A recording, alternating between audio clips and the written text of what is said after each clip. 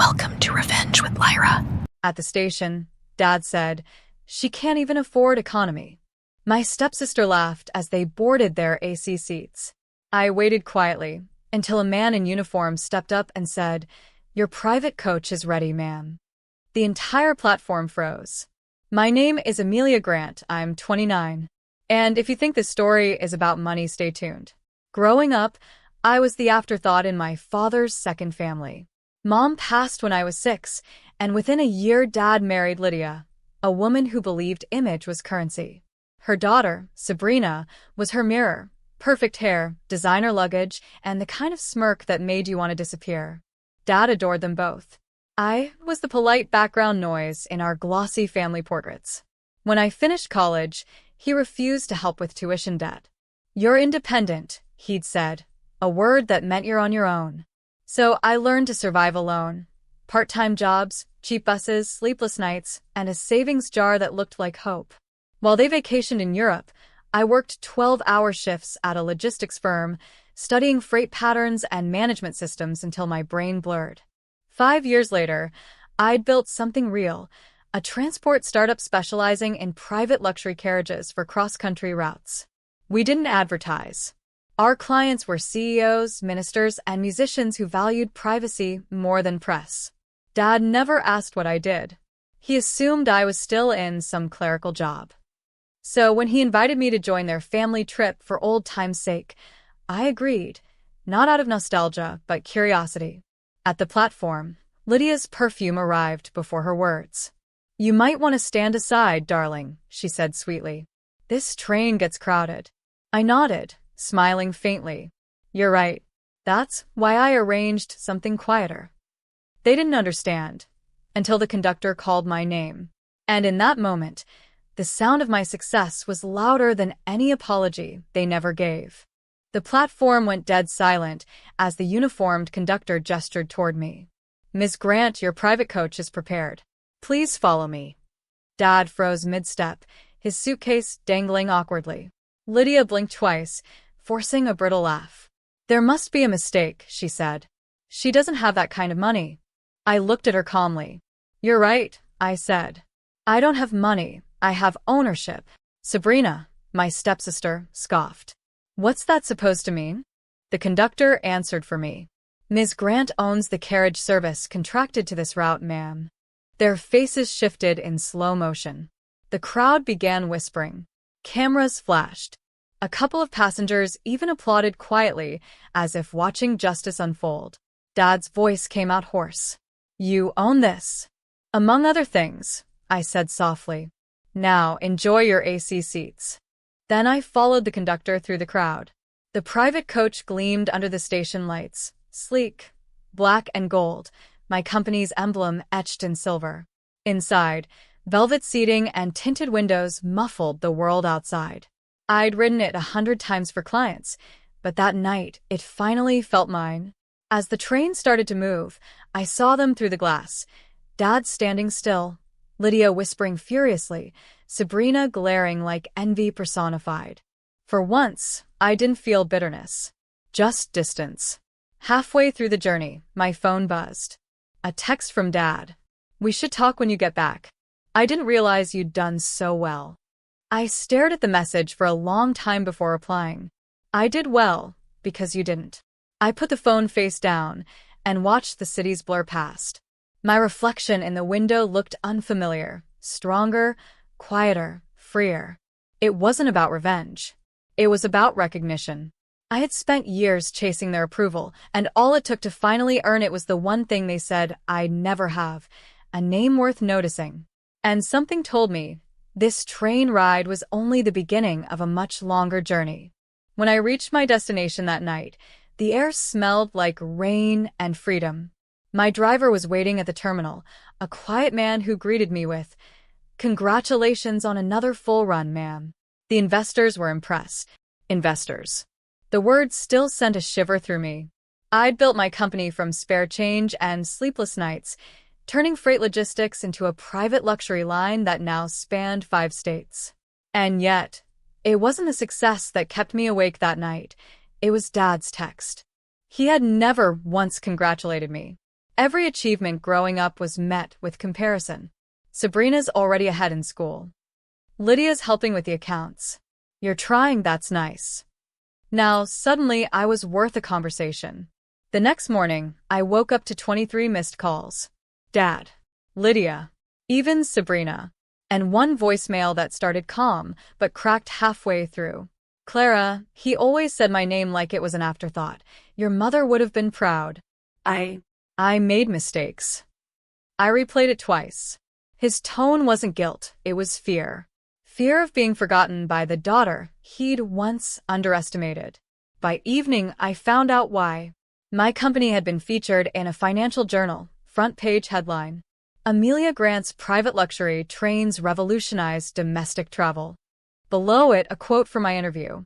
When you're told you can't afford your dreams, by the tracks they stand on. That line went viral overnight. Sabrina posted a photo on social media, her smile brittle, caption passive-aggressive.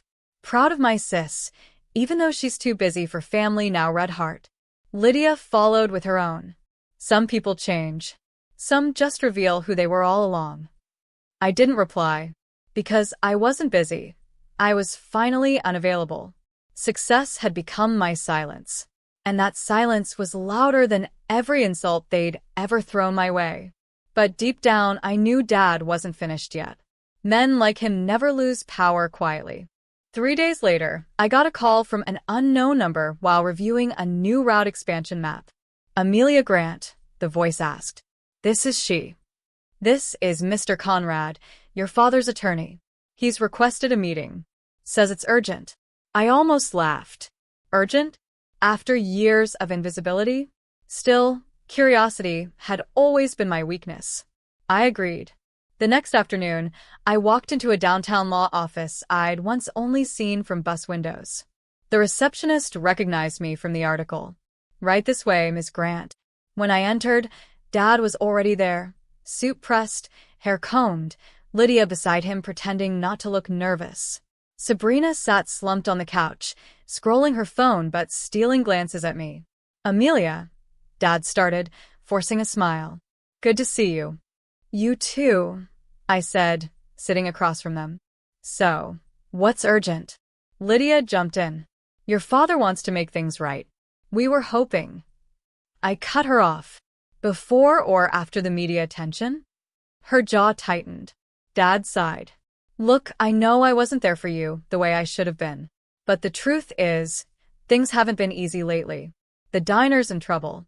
Taxes, debts, the economy. There it was. The real reason. He continued, if you could help us with a short-term loan just until things stabilize. I stared at him. You want a loan? He nodded. You've done so well. You could help keep the family business alive. I leaned back, studying them. Lydia's watch glinted under the fluorescent light. Sabrina's manicure was fresh. Family business, my mind echoed. For years, I'd begged for support. They'd laughed. Now they needed me. Dad, I said softly, when I asked you for $200 to apply for my first job license, you told me to learn responsibility. He opened his mouth, but I raised my hand. You taught me that lesson well. I stood up, gathering my bag. So, here's me being responsible for myself. And I walked out. Behind me, Lydia's voice cracked. Amelia, please. But I was already gone. That night, I couldn't sleep. The city lights outside my window blinked like questions I didn't want to answer. I'd spent years craving their approval, but walking out of that office didn't feel like victory. It felt like release. Still, the ache lingered. You can grow from pain, but some part of you always remembers who caused it. The next morning, I found a flurry of messages waiting. Dad, we didn't mean to upset you. We just need a bit of help. Families should support each other. Lydia, you're being cruel, Amelia. We're drowning. How can you turn your back? And Sabrina, of course, she had to add her touch. Money really changed you. Guest class can't be bought, huh? I didn't reply to any of them. Instead, I sent a single text to my lawyer. Initiate closure on the Grant family diner acquisition. Effective immediately. Because what they didn't know was that months ago, I'd quietly bought their struggling diner through a shell investment group. The same one that had been funding their business to keep it afloat. Their debts? Technically mine. Their landlord? My company. Their lights? Powered by the network I owned. By the end of the day, I'd signed the final transfer papers. The property, the assets, the name, it all belonged to me. I didn't want revenge. I wanted closure. But sometimes the universe gives you both in one stroke. That evening, Dad called again. This time his voice hollow. Amelia, the diner's been sold. They said the new owner terminated our lease. I took a slow breath. That's correct. You, he whispered. Yes, I said quietly. And don't worry. I'll make sure the staff keeps their jobs. Just not you. There was silence, long, heavy, like all the years he never spoke up for me had come back to haunt him. I never meant to hurt you, he finally said. I know, I said. You just never meant to love me either. And I hung up. The morning after I ended the call, I sat by the window of my apartment with coffee in hand. The city buzzed below, horns, footsteps, life moving on, while my phone sat silent for the first time in weeks. For a brief moment, I felt guilt trying to crawl back in, whispering that maybe I'd gone too far. But then I remembered every Christmas dinner where there was no chair for me, every birthday I spent alone while they vacationed abroad. Guilt didn't belong to me anymore. At noon, my assistant buzzed in through the intercom. Ms. Grant, there's a woman downstairs, says her name is Lydia Grant. She insists she won't leave until she speaks to you. I exhaled slowly. Send her up. A few minutes later, Lydia stepped into my office wearing oversized sunglasses and desperation. Amelia, please, she began, voice trembling. You don't understand what this has done to us. The diner was everything your father had left. I stood up. Funny. That's how you described my mother when you married him. Her lips parted. Shocked. I never meant. Yes, you did. I cut in gently. You meant every word. You wanted a new life, and Dad let you build it over my ruins. She flinched. He's sick now, Amelia. The stress. Then maybe he'll finally learn what stress feels like, I said, voice steady but soft. I spent half my childhood watching him teach me indifference. Now he's learning empathy. Her composure cracked. Please don't do this to him. I walked to my desk, opened a drawer, and slid an envelope toward her. Inside is a full severance for the staff. They'll all be fine. You and Dad, however, you'll need to start over. Tears slipped beneath her glasses. You sound just like him. I smiled faintly. No. I sound like someone who survived him. She left without another word. The door closed quietly behind her, a sound so final it echoed in my bones. That night, I slept soundly for the first time in years. But peace, I would learn, doesn't always come quietly. 2 weeks passed in stillness. I poured myself into work, expanding routes, negotiating contracts, pretending the quiet didn't ache. But silence has a way of amplifying what's buried. And one night, it all came rushing back. I was at my office late, reviewing client reports, when my phone lit up with a call from Sabrina. I almost ignored it, but something, curiosity, maybe closure, made me pick up. Wow, she said coldly, so you really did it. You took everything. I leaned back in my chair. You're welcome to define it however you like. You think you won? Her voice cracked, more hurt than angry. Dad's been a wreck. Mom barely sleeps. And me? I can't even walk into a room without people whispering about you. Her pain didn't sound fake, but neither did her resentment. Sabrina, I said gently, I never wanted to humiliate anyone. I just wanted peace. Peace, she snapped. You destroyed us. No, I replied quietly. You destroyed me. I just stopped rebuilding on your ruins. There was silence on the line. Then softly. I used to think you were jealous of me. I admitted. Until I realized you were never free either. You were just the favorite in a house built on fear. She didn't speak again. The call ended with a click that sounded almost relieved.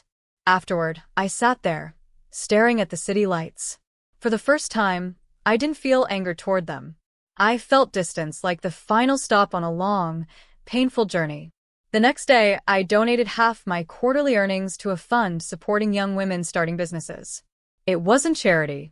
It was closure, a promise that pain would end with me, not begin with someone else. As I left the office, my assistant handed me an envelope. "This arrived for you," she said. No return address. Inside was a photo. Me, age 9, smiling between Mom and Dad at an old train station. On the back, in Dad's handwriting, "You always belonged." The ink was smudged with something that looked like regret. I held that photo for a long time, tracing the edges as if it could still breathe. The same station where everything began, the laughter, the mockery, the silence. Now it felt like a full circle. A week later, I boarded one of my company's newest luxury trains, a quiet evening run through the Florida coast. The kind reserved for reflection. I sat by the window, watching the dusk swallow the horizon, my reflection flickering with each passing light. Dad never called again. Lydia didn't either. But Sabrina sent one last message a month later. "I get it now. I hope someday you can forgive us." I didn't respond. Some apologies don't need words, they need time. As the train hummed forward, I thought about everything I'd lost and everything I'd built. I remembered Dad's voice at the station. "She can't even afford economy." And how that one sentence turned into a lifetime of determination. Pain had once been my compass. But now, purpose was. I had turned humiliation into fuel, isolation into innovation, and absence into freedom. The conductor knocked softly. "Everything comfortable, ma'am?" I smiled. More than ever. He nodded and left, his footsteps fading into the rhythm of the train. I leaned my head against the window, watching the rails curve like veins of possibility beneath the moonlight. For the first time, I wasn't running from anything. I wasn't proving anything. I was simply existing, peacefully, completely, and finally whole. To anyone who's ever been told they don't belong, remember this. You don't need a seat at their table. Build your own track. And when they laugh, let them, because one day, they'll hear your name over the loudspeaker and realize the journey they mocked is the one that set you free. The train slowed into the night, its whistle echoing softly, like closure made of steel and breath. I closed my eyes, whispering to the reflection in the glass. Some stories don't end with family, they end with freedom.